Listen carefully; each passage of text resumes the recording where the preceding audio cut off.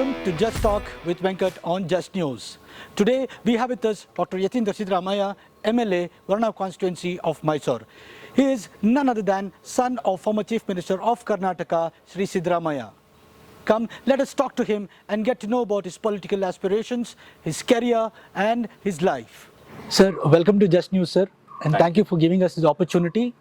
This being the first episode of our talk show, and there was no better person to be a part of as the first guest of our channel, sir. My first question is, being a doctor and entering politics, how was it? How was the transition? Because there are very few people who have made it successfully into the legislative assembly. So how was it, sir? So initially, even I was very apprehensive, being total a non-political person. I didn't know how I would fare in politics. But initially, the idea was not to enter into the electoral politics. As you know, my brother, he was looking after the father's constituency, and at that time, father was chief minister. My brother was there in politics for almost like 12 years. So when after the sudden demise of my brother, somebody had to take care of the constituency because my father was busy as a chief minister of Karnataka. So I just stepped in to look after the constituency. So in 2016, when my brother died, I stepped in. I worked there for 2 years, 2.5 years. So it kind of gave me a confidence. When the elections came, the constituency people asked me to represent Varna constituency, and my father was also wanted to contest from Chamundeshwari constituency, so I got the ticket. 2016, I guess it was one of the unforgettable years in the entire family. It was a sudden. It came as a big shock. And how did the family cope up with that thing? Because your father, being a chief minister, he had to look after the state's affairs. Again, he had to look after the balance, the family as well. Yeah, it was a very difficult time for us, especially for my mother. But at the time, my father was also chief minister of Karnataka and a lot of responsibility. He had to lead the state. So that kind of that responsibility actually made us to help us to cope up with the loss. So we were always aware that my father will have to get back into his work and look after the state and get onto his work.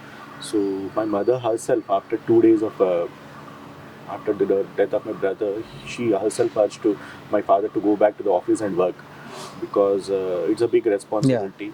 And he cannot run away from that. So we ourselves urged my father to go back to the work. So just after 2 days of the demise of my brother, he went to the office. So he got busy in the work, and that kind of helped him to come out of the grief. But it's a grief that will never go. Will never go. Yeah.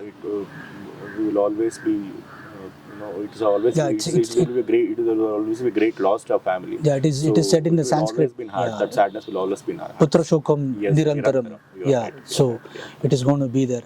And sir, after the elections in 2018, and you've been successful in executing all your works and looking after the constituency as well.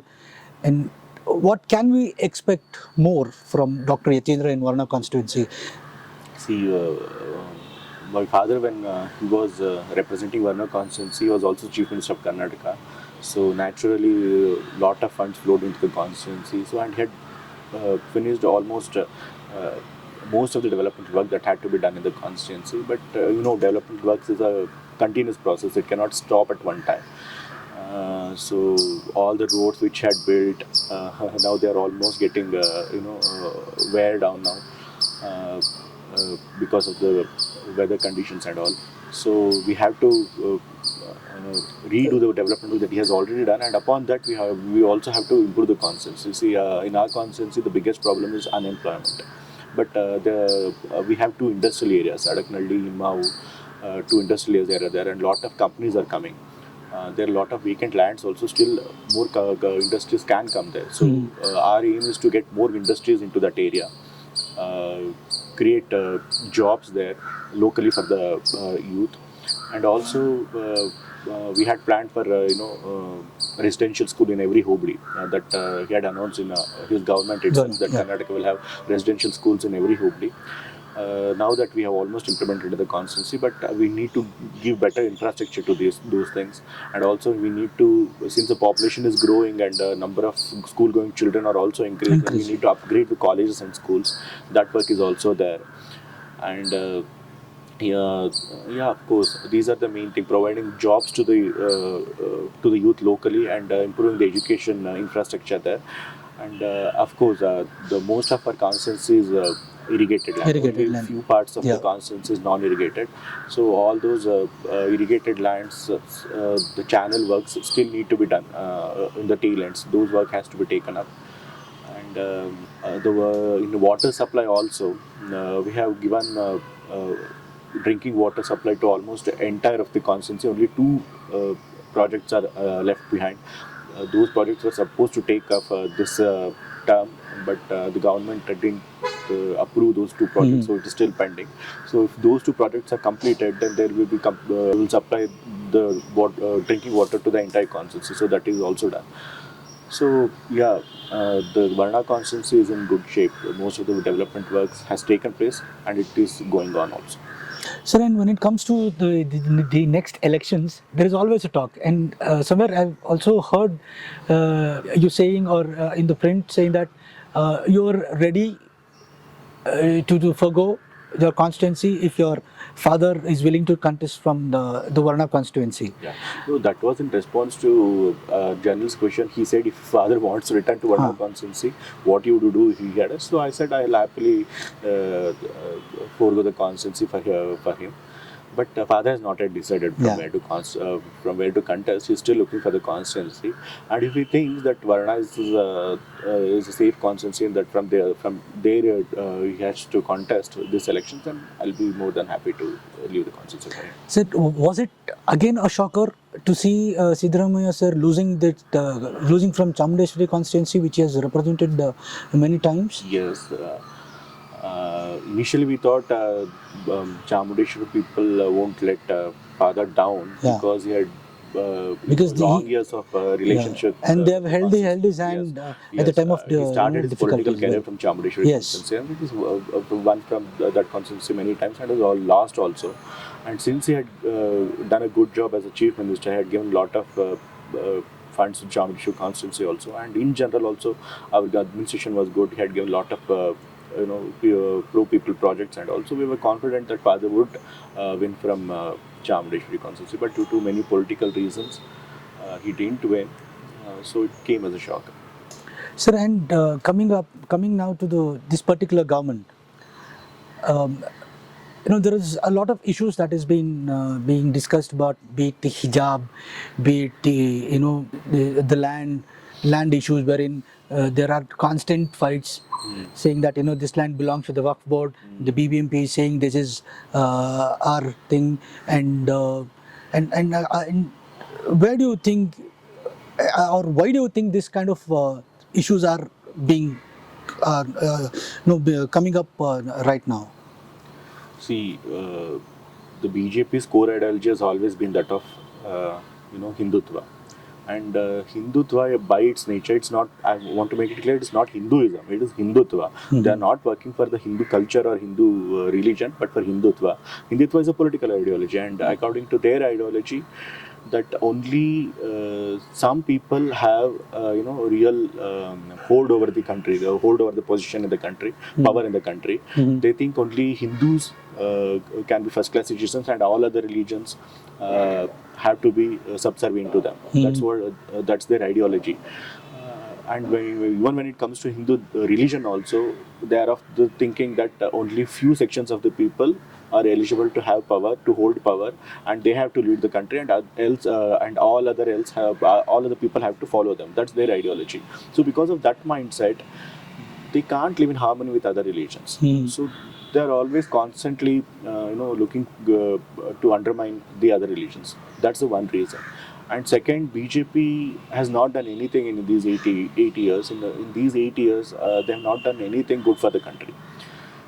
They have nothing to show to the people as their achievements. So to distract people from their failures, they're raking up all these religious issues, because they know that these religious issues, raking up these religious issues, stoking sentiments, it will gain them votes. Every times when riots happen, the religious riots, communal riots happen, it always benefits BJP. The study has shown that.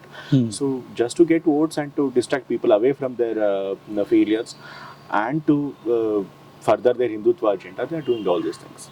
So, what do you have to say about another burning issue, Agnipath? Agnipath, this project, they say that they will recruit unemployed youth after 12th examinations. They will recruit to the army and they will serve for 4 years, and after that 75% of them will be relieved from the army, and they have to be get absorbed by from other fields. So a lot of concerns has been raised by the army personnel themselves. A lot of retired army generals, army people, they have raised concerns. So before announcing such an important policy, they should have discussed. They should have discussed with all the stakeholders. They should have weighed in the pros and cons. They should have they should have let the people know that these are the benefits and this will not hurt them. So if they had done that before itself, before announcing this such a major policy, I think such a rate wouldn't have been there. This government has always done the same thing, whether it was demonetization, farm laws, anti-CA, the CA laws. They have never discussed with any of the stakeholders. They have never discussed with the opposition parties. They think since they have a brutal majority, they can just bring any policy without having any regard to the stakeholders. So that kind of mindset has landed them in problem. And my personal opinion about Agniveer is that yes, if you relieve 75% of the youth after they have served in the army for 4 years, and for 4 years they will not have had any further education, higher education, and and the kind of the jobs they will look for, whether in the private companies or in the government, they need to have upgrade their skills. That such opportunities they won't get in army because they will be busy in doing the operations, protecting the borders and all those things. So they'll be only focused in that directions. So they will be lacking. They will be lagging behind compared to the other youths. So then another issue, which is which everybody knows, is the protest which the Congress is taking out throughout the country with regard to Enforcement Directorate summoning AICC former President and MP Rahul Gandhi, and the Congress has been always accusing the central government of misusing its central agencies, be it the Enforcement Directorate, CBI, or the income tax. And when this is an issue, there are even the opposition, like the BJP, is telling, if Rahul Gandhi has no worries to appear, or if he's not done any mistakes, then what is the problem in appearing before the ED and We don't have any problem ED investigating the said case. Yeah. But they are unnecessarily doing a witch hunt. You have seen this government every time when elections is around the corner in the states, all the central agency, whether it's ED, CBI, IT, they will just conduct raids. They will file false cases against prominent leaders, and they'll try to harass. On the other hand, many tainted politicians who have grave accusations of corruptions, they will be welcomed to the BJP party, and all the cases are dropped. So this is the trend everybody has seen. So it's very clear this central government is misusing these investigating agencies to target their political enemies. Regarding this National Herald case also, our problem is that there is no,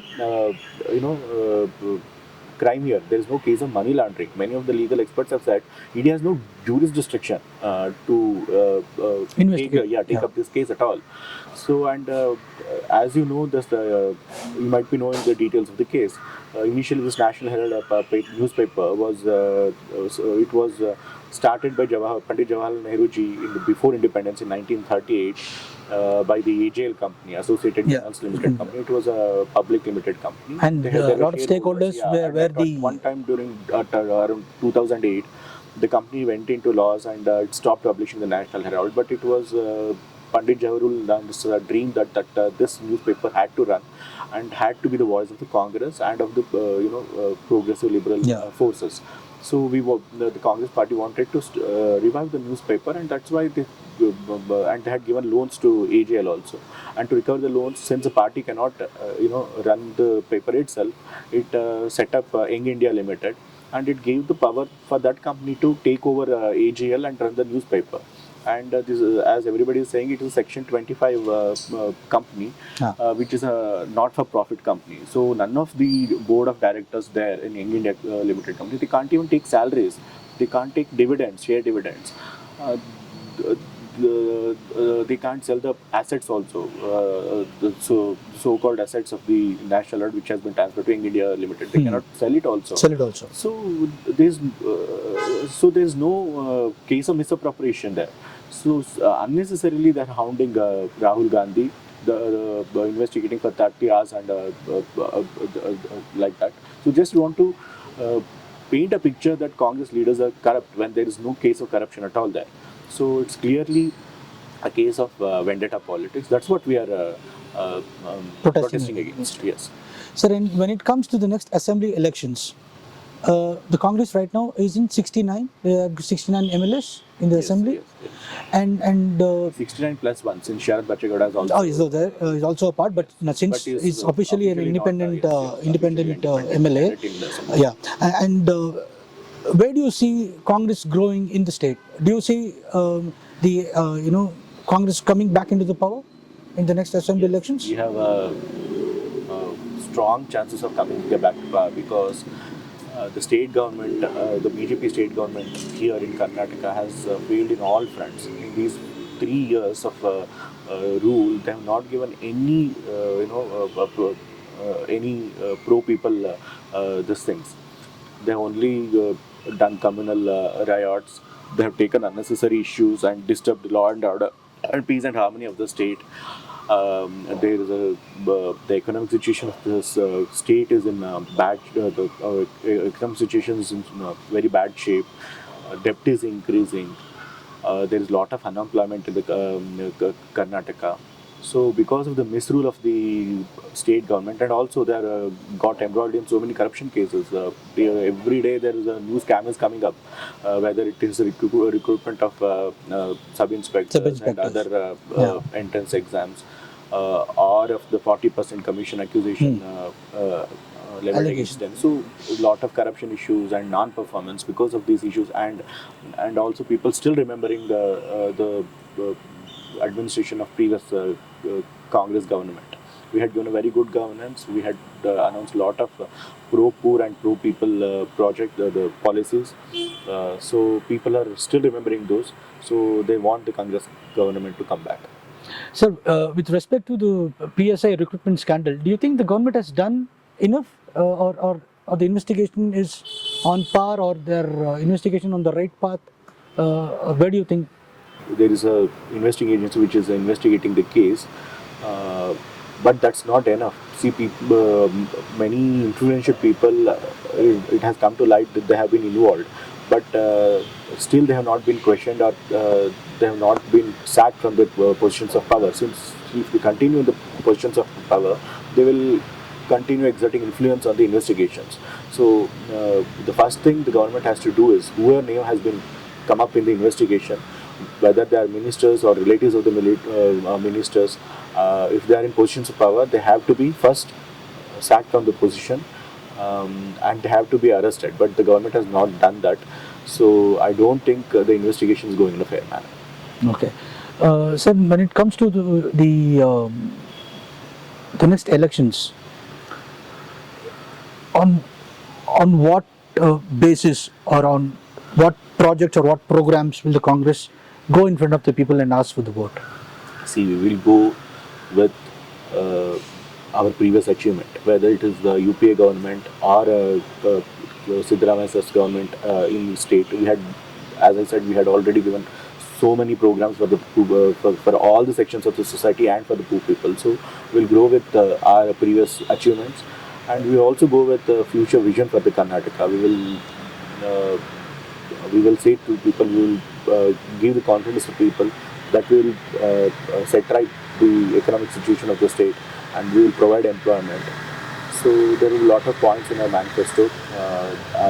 There will be a committee in the party. They will look into it. They will form a manifesto, and with those promises and with the previous agreements, and also we will make people understand how the BJP government has failed in developing the state and also the country. So we'll bring it to the bring in front of the people the failures of the BJP government and our achievements and our future vision, and with that we'll try to get the confidence of the people.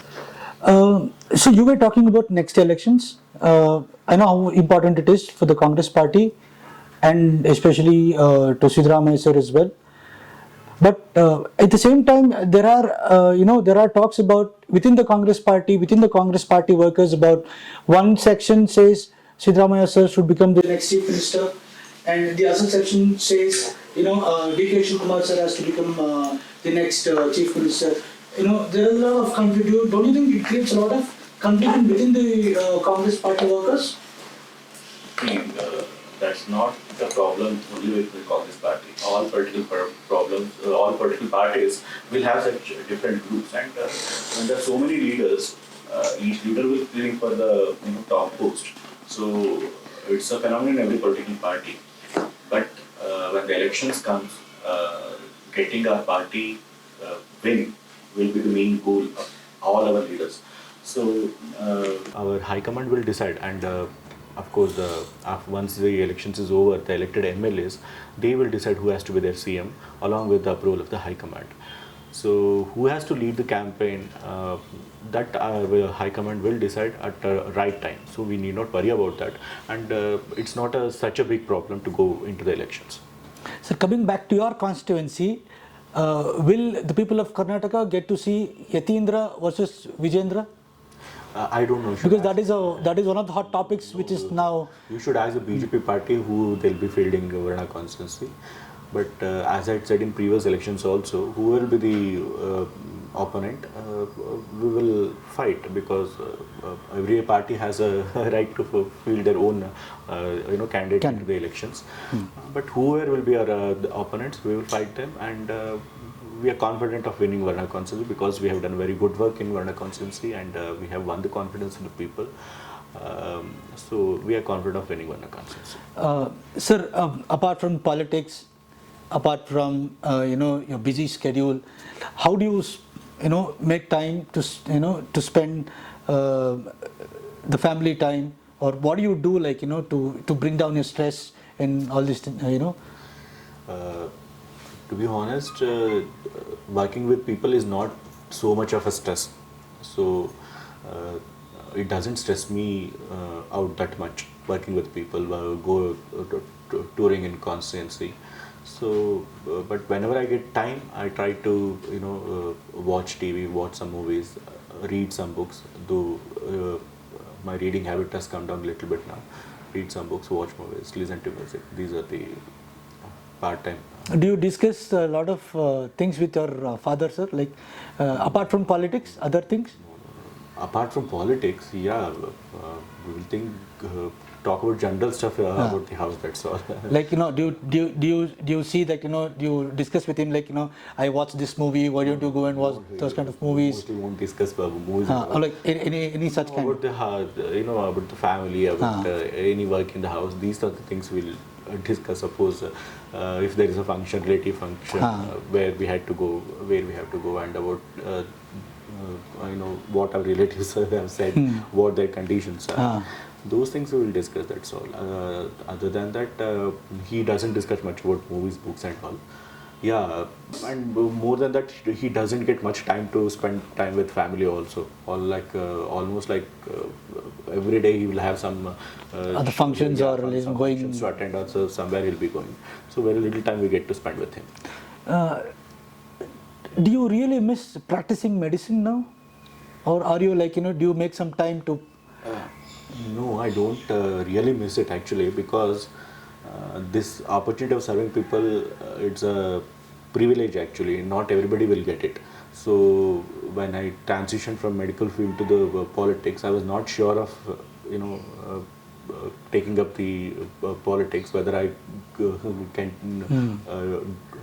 go on with the politics or not. But now that I have already got into politics and I've completed like 4 years of being an MLA, and I have served the people and people are happy with me in the constituency. So that has given a lot of satisfaction. So serving people gives a lot of satisfaction. So that's why I don't miss medical field much now.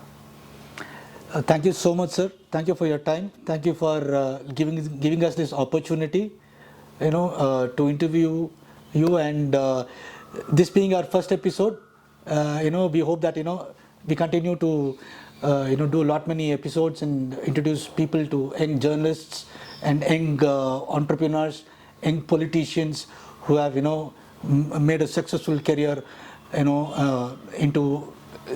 their respective fields. Thank you so much, sir. Thank you for having us here. Thank you. On behalf of Just News, we would like to wish MLA Dr. Yathindra Siddaramaiah a very happy birthday. Thank you for watching our first episode. Please do comment on personalities you wish to see in our upcoming videos.